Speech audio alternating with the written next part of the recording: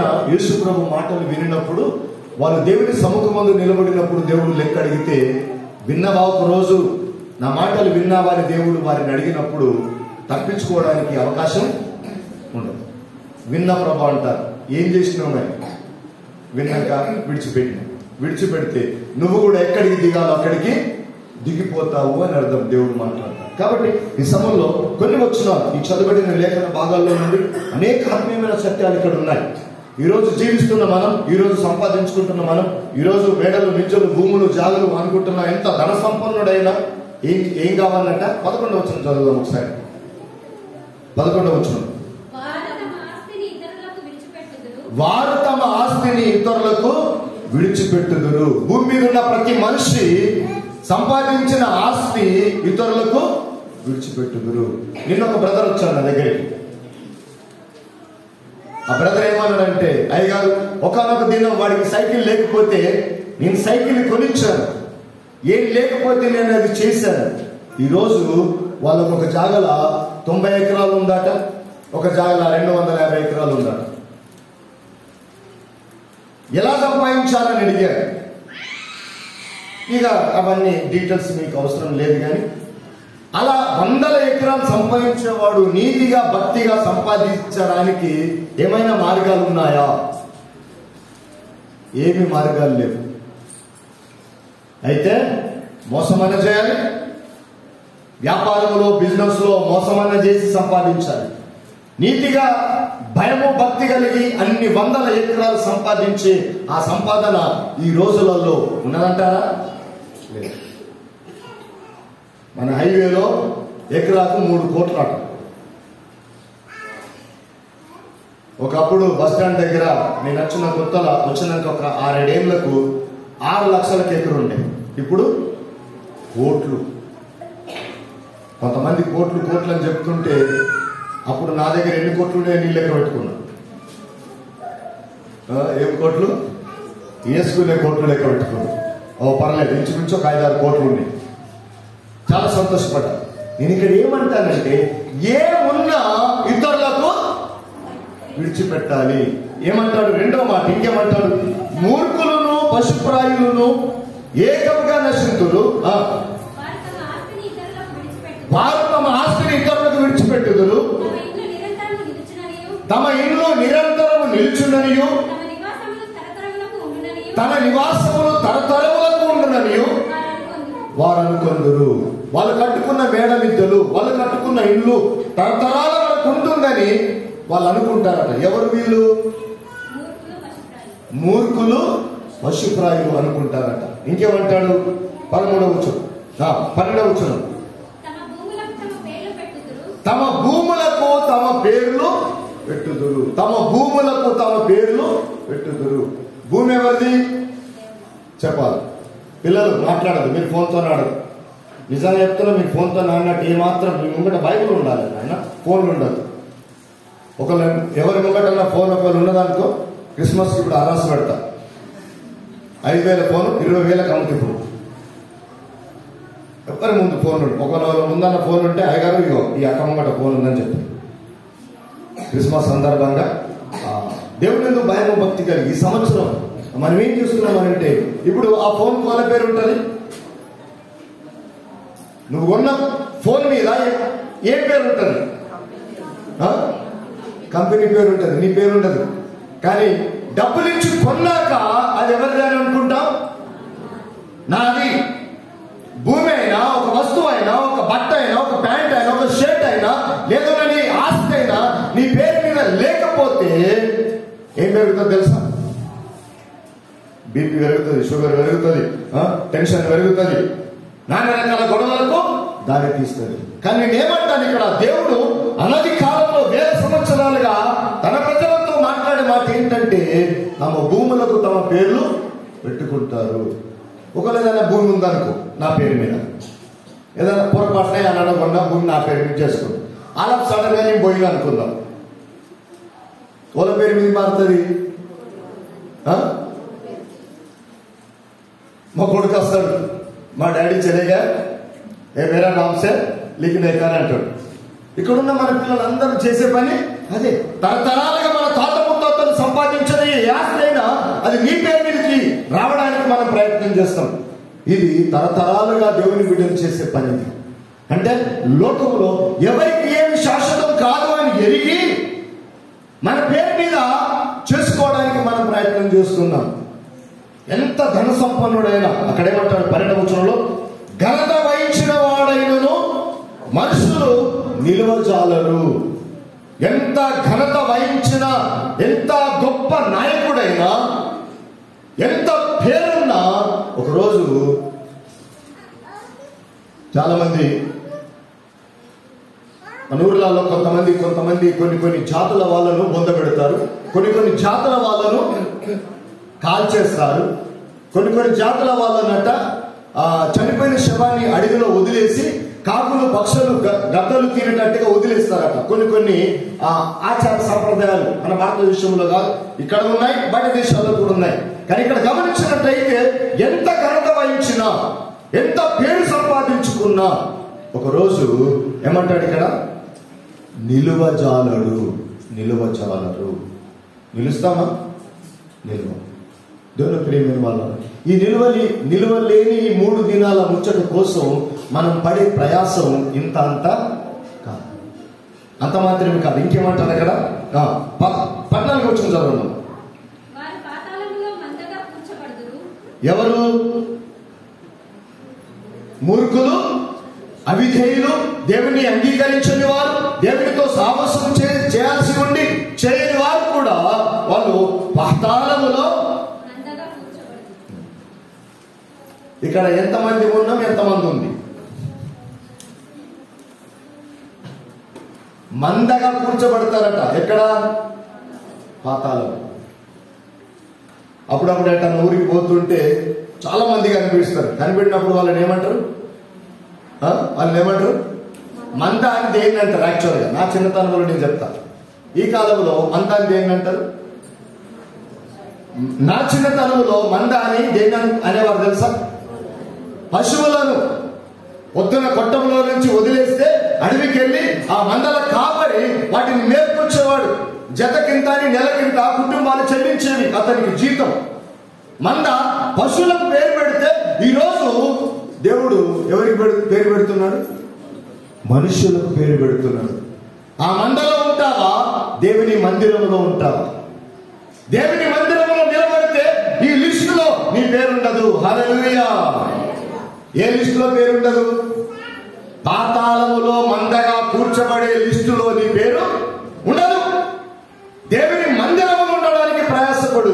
దేవుని మందిరంలో ప్రార్థించడానికి ప్రయాసపడు. దేవుని మందిరంలో నీ కొరకు ప్రార్థించు. దేవుని మందిరంలో సంఘం కొరకు ప్రార్థించు. అప్పుడు దేవుని జీవ గ్రంథంలో నీ పేరు రాయబడుతుంది. ఇంకేమంటాడు? మరణము వారికి. మీ కాపరి పేరేంటి? అయ్యో పాస్టర్, మీరు కరెక్ట్ ఉండకపోతే మీ కాపరి ఎవరైతారో తెలుసా? మరణమే మీకు పాస్టర్ ఆట. నువ్వు చక్కగా విన్నట్టుగా పాటించకపోతే నీ ముందు ఇప్పుడు కాపరి ఉన్నాడు. ఒక రోజు నువ్వు మంచిగా బ్రతకకపోతే నీ ముందు ఏముంటది? మరణం నీ కాపరిగా ఉంటుంది. దేవుని ప్రియమైన వాళ్ళ, ఇది నా సొంత మాటలు కాదు. వేల సంవత్సరాలుగా భక్తులు మాట్లాడిన మాటలు, దేవుని చిత్తానుసారంగా జీవించని ప్రజలను ఉద్దేశించి, భవిష్యత్తును ఉద్దేశించి అనాది కాలంలో దేవుడు మాట్లాడిన మాటలు. ఈరోజు దేవుని మందిరంలో ఉండడానికి ఇష్టపడతావా? పాతాళములో మందగా ఉండడానికి ఇష్టపడతావా? 2024 సంవత్సరం ఇంకెన్ని రోజులు ఉంది? 2024 సంవత్సరం ఇంకెన్ని రోజులు ఉంది? ఇంకో 8 రోజులు ఉంది. ఈ 8 రోజులకు సంవత్సరం అంతా చేసిన దానికి ఏదైనా పశ్చాత్తాప హృదయం కనుక నీకు వస్తే దైవజనులో కాపరిగా, దేవుడు ప్రధాన కాపరిగా నీ జీవితంలో నీకు మేలు చేస్తాడు. లేదు అనంటే పాతాళములో నీకు మందగా ఉంటా. లేదంటే నీకు కాపరి ఎవరట? మరణమే నీకు కాపరిగా ఉంటుందట. మరి ఏం చేద్దాం ఇప్పుడు? కింది చదవను.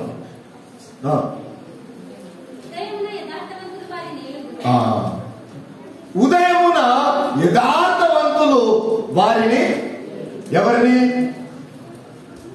పాతాళములో మందగా కూర్చబడి ఉన్నారే వారిని అట ఎవరు ఉదయమున ఏల్తారట?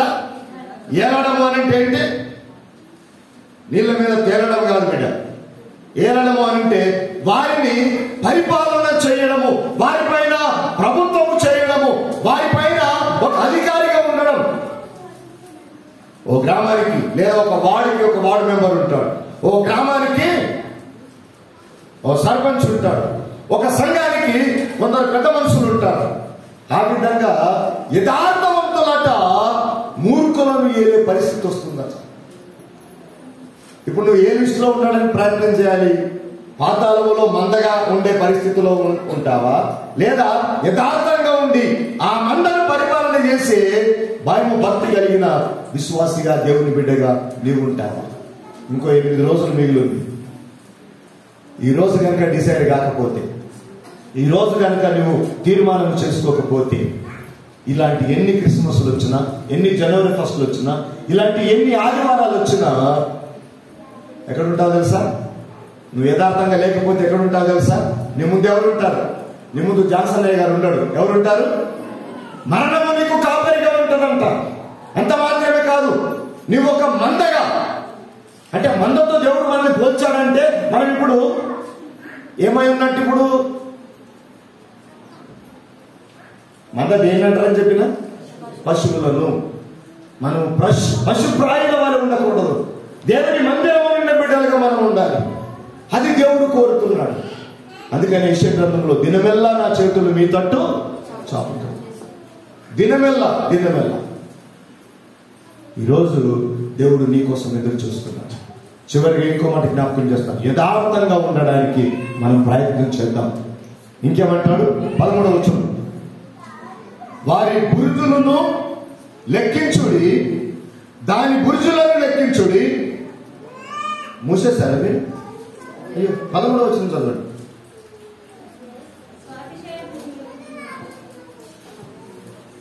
రైట్ బిడ్డ, నేను ఈ పేజీలో 13వ వచనం మీద కనబడి, ఐఎమ్ సారీ. ఓకే, 13వ వచనం, స్వాతిశయ పూర్ణులకును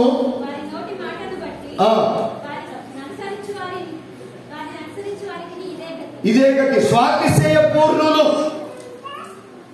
ఈ పదానికి ఏమన్నా అర్థం దొరికిందా మీకు? స్వాతిశయ పూర్ణులు, తమను తామే నీతిమంతులమని చెప్పుకొని వారు, తమను తామే సాత్వికము కలిగిన వారమని చెప్పుకొని వారు. అలాంటి వారికి ఇదే గతి అట. ఏంటా గతి? 14వ వచనం, వారు పాతాళములో మందగా కూర్చబడుదురు, మరణము వారికి కాపరేయుడును, ఉదయమున యథార్థవంతులు వారి నేలుదురు, వారి స్వరూపములు నివాసము లేనివై పాతాళములో క్షయమైపోవును. ఇంకేమంటాడు? 15వ వచనం, దేవుడు నన్ను చేర్చుకొనును, పాతాళ బలములో నుండి ఆయన నా ప్రాణమును విమోచించును. హల్లెలూయా. మీరు మందగా పాతాళంలో ఉండడానికి డిసైడ్ అయ్యారా? ఒకసారి గారిమ్మా. దేవుడు అంట ఈ భక్తుణ్ణి ఏమంటాడు? దేవుడు నన్ను చేర్చుకొనును, పాతాళ బలములో నుండి ఆయన నా ప్రాణమును విమోచించును. పాతాళ బలములో నుండి. పాతాళం ఎంత బలమైనదో తెలుసా? చాలా బలమైనది. అందుకనే ఇంకో కీర్తనలో దావీదు మహారాజు అంటాడు, పాతాళం చాలు అన్నదట. రెండోది మీరు చెప్పాలి. కీర్తన కాడ దావీదు కీర్తనలు ఇంకో చోట రాయబడింది పాతాళం, సామెతల రైట్, సామెతలు పాతాళము చాలు అన్నదట. రెండోది మీరు చెప్పాలి, మనిషి హృదయము చాలు అన్నదట. అంటారా? అంతే. ఎందుకండి మనం పుట్టినప్పటి నుంచి పాలు తాగుతున్నాం, అన్నం తింటున్నాం, చాలు అని అన్నాం ఎప్పుడన్నా? ఎంతసేపు చాలు అంటాం మనం? కడుపు నిండదాకా. అసలు నిండిందా ఎప్పుడు అన్నప్పుడు? ఆత్మీయ విశ్వాస యాత్రలో కూడా చాలా అనుకుంటున్నాం. పోయిన క్రిస్మస్ పోయినా చర్చికి ఇక వద్దు చాలు, జనవరి ఫస్ట్ తినేచ్చడం కాదు ఇక చాలు, లేకపోతే ఈ సంవత్సరం బట్టలు లేవు ఇక జర అయితే ఇంకో 2 రోజులు అయితే పిల్లలు ఆట ఆడతారు, క్రిస్మస్ శారీకి మ్యాచింగ్ లేదని గుడికే మానేస్తారు. కానీ బట్టలకు మ్యాచింగ్ కాదు ఇప్పుడు కావాల్సింది, నువ్వు పరలోకానికి మ్యాచింగ్ కావాలి.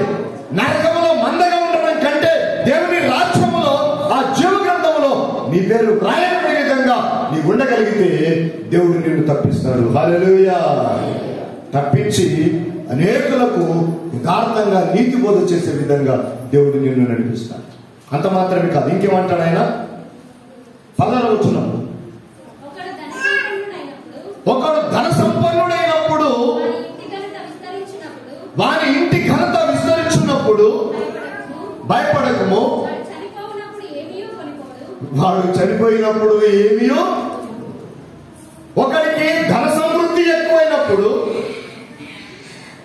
ఇప్పుడు ఈ రోజులలో పరిస్థితి ఎట్లుందంటే వాళ్ళని చూసి భయపడుతుర్రు, ఎవరిని చూసి భయపడుతున్నారు? పోనీ అందగాలను చూసి భయపడుతున్నా? పోనీ అందగత్తలను చూసి భయపడుతున్నారా? పోనీ దేవుని చూసి భయపడుతున్నారా? పోనీ దేవజనులు, సంఘము, సంఘ పెద్దలు వారిని చూసి కనీసం మర్యాద, మానవత్వాన్ని చూపించే ఈ కాలంలో ఈ రోజు మనం ఉన్నామా? లేదు. ఎవరిని చూసి భయపడుతున్నారట? ఎవరిని చూసి? ఒకడు ధన సంపన్నుడైనను వారి ఇంటి ఘనత విస్తరించినప్పుడు భయపడకు. ఒకడు ధన సంపన్నుడైనప్పుడు భయపడకు, వారి ఇంటి ఘనత విస్తరించినప్పుడు. అరే పలానోళ్ళ పేరు, పలానోళ్ళ తాత ముత్తాత ఇట్లుండే, వాళ్ళ అయ్యమ్మ పేరు నిలబెడుతున్నారా, వీళ్ళు మంచోళ్ళు, ఈ పేర్లు, ఈ ఘనత విస్తరించినప్పుడు నువ్వు భయపడకు, నువ్వు భయపడకు. ఈ పేర్లు, ఈ ఘనత ఎక్కడ అని దేవుని ఉద్దేశం? ఎక్కడ? భూలోకములోనా పరలోకములోనా? ఎందుకు భూలోకం అంటున్నాడు అని అంటే, ఈ భూమి మీద ఘనత వహించిన, పేరు సంపాదించుకున్న ఆ 3వ లైన్ ఉందే, అది చాలా ప్రాముఖ్యం. ఆ 3వ లైన్ ఏమనుంది? వాడు చనిపోవునప్పుడు ఏమియో. ఎట్లు వచ్చినో ఈ దుంపదేగా, వీడు మట్టిలో నుంచి వచ్చిండు అని చెప్పేసి ఏమిస్తాం మనం? మట్టిని మట్టికి. ఈ వ్యాసన ప్రపంచంలో ఇప్పుడు ఏమైపోయింది తెలుసా? మనం చచ్చిపోతే బొందలు ఏమొస్తారు? పువ్వులు చదువుతారు, డిజైన్ పువ్వులు చదువుతారు చాలా మంది. దేవ సేవకులుగా మేమేం చేస్తామంటే మట్టే వేస్తాం, ఎందుకంటే మేము మట్టే కాబట్టి, మట్టిలో నుంచి వచ్చాం కాబట్టి మట్టే కనుక మట్టికి అప్పుడు చెప్తున్నాం ప్రభు అని ప్రార్థన చేస్తాం. అయ్యగారు మట్టేసినాక ఈ భక్తులు ఎంత మంచోరు, ఏమేస్తారు? పువ్వులు. వాడు ఎవరు పూలతో పెట్టినాడు.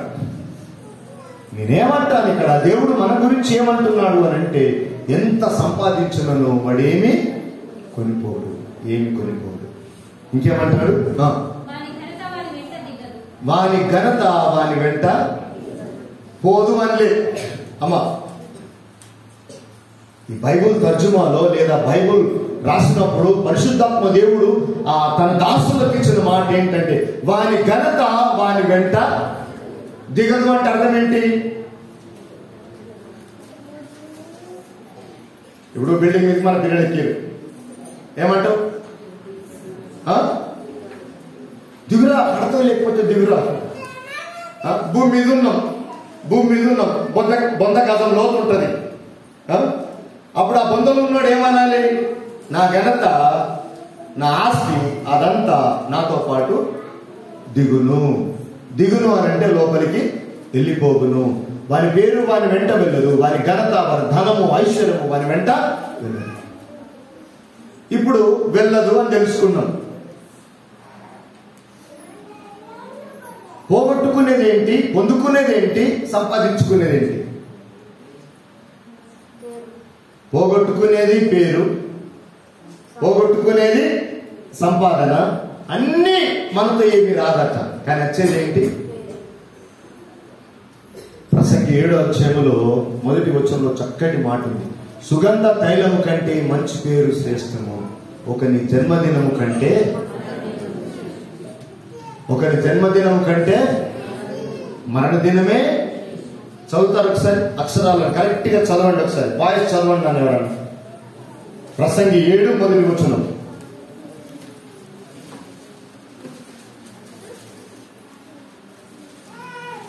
ప్రసంగి 7 1వ వచనం చదవండి అమ్మా. మీరు చదవండి. వాయిస్ కొంచెం సిగ్గు ఎక్కువ. సుగంధ తైలము కంటే మంచి పేరు మేలు, ఒకరి జన్మదినము కంటే. అమ్మా మీకు దీర్ఘం ఉందా మామూలుగా ఉందా?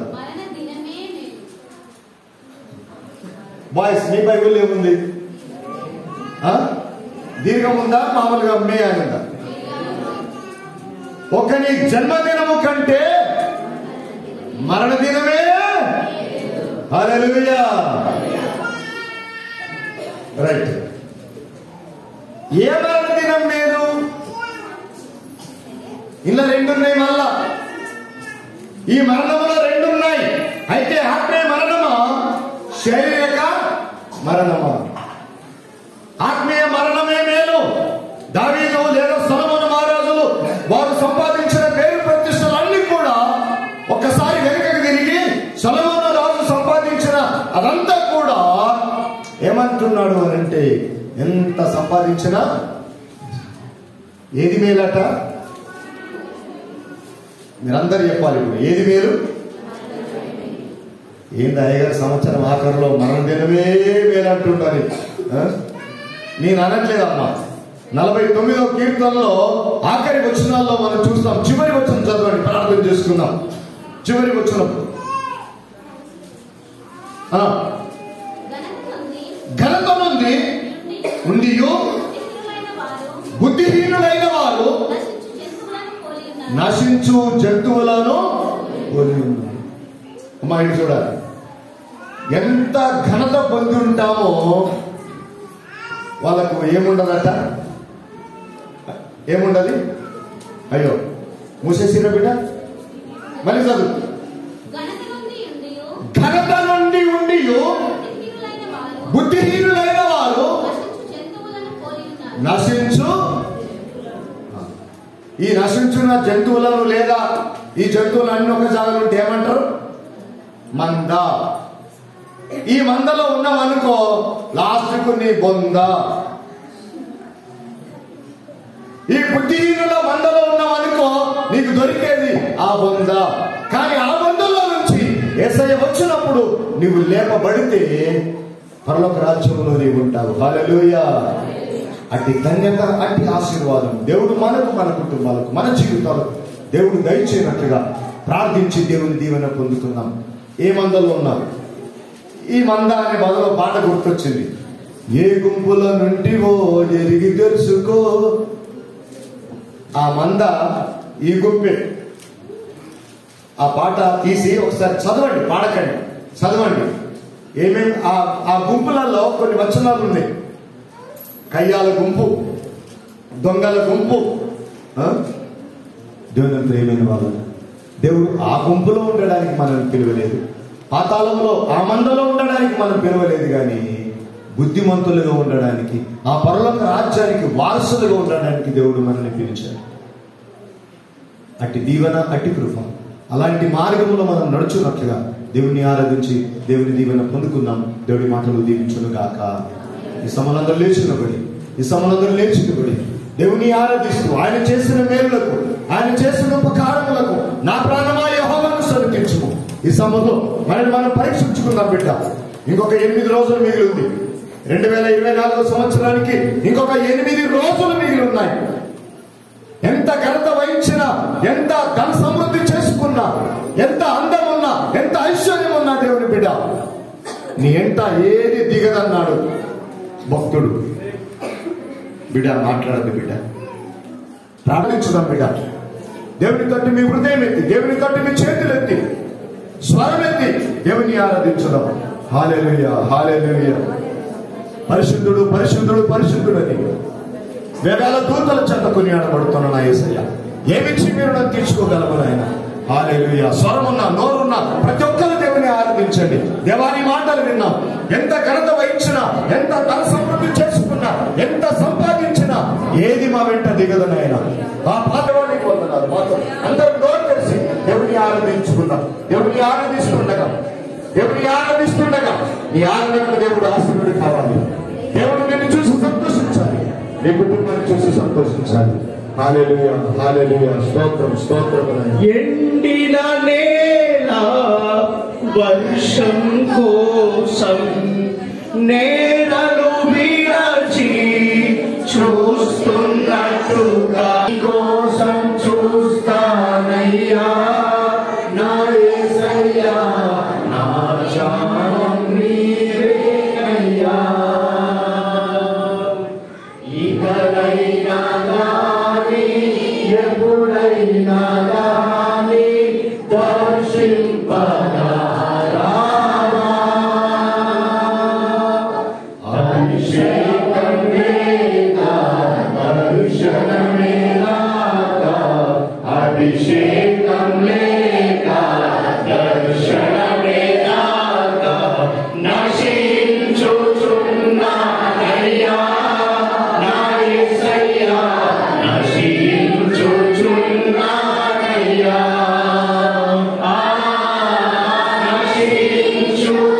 నశించుచున్నానయ్యా నా యేసయ్యా, నశించుచున్నానయ్యా. కావలివాడు ఉదయం కోసం మెలకువ కలిగి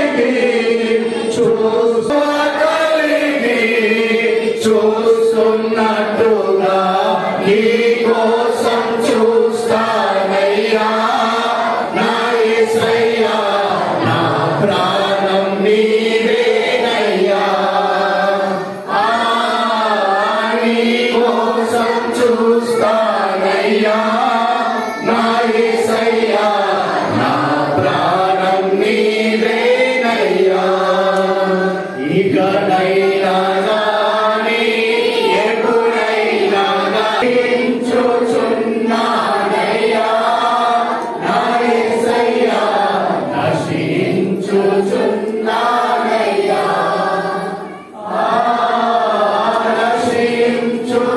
నశించుచున్నానయ్యా నా యేసయ్యా, నశించుచున్నానయ్యా. ఇదే పశ్చాత్తాపం దేవుని రాజ్యంలో నీవు కనబడినట్లుగా. అయ్యా నశించుచున్నానయ్యా, కావలివాడు ఉదయం కోసం ఎదురు చూస్తున్నట్లుగా. దేవా నేను ఎదురు చూసే మనసు నాకు దయచేయండి. అయ్యా నా జీవితాన్ని సరిచేయండి, నా స్థితిగతులను మార్చుకోవాలి. మనం ప్రార్థించగలిగితే, దేవుని ఆరాధించగలిగితే, అమ్మా దేవుడు అన్యాయస్తుడు కాదు. దేవుడు నిన్ను క్షమించక లేదా నిన్ను చేరదీయక ఉండనంతగా దరిద్రుడు కాదు. నిన్ను ధనవంతుడు చేయడానికి ఆయన దరిద్రుడయ్యాడు. నిన్ను పరలోకము చేర్చడానికి ఆయన కలవరి సెలవులో నలగబట్టబడ్డాడు. హల్లెలూయా, స్తోత్రం, స్తోత్రం. ఆయన చేసిన మేలు కృతజ్ఞతగా, ఆయన చేసిన మేలు కృతజ్ఞతగా నీ మనసు మారి నూతన పరచబడినదైతే దేవుడు ఆ పరలోక రాజ్యములో రేఖ చుక్క వారిని ఏలే విధంగా, వారికి ఒక నాయకుడుగా, బుద్ధిమంతులైతే వారిని ఏలుగురు అన్నాడు. నిజమే, ఆ బుద్ధి కలిగిన జీవితాలు మనం కలిగి ఉంటున్నట్లుగా దేవుని ప్రేరేపణ కలిగిన వారు మీలో చిన్నగా దేవుని ఆరాధించండి.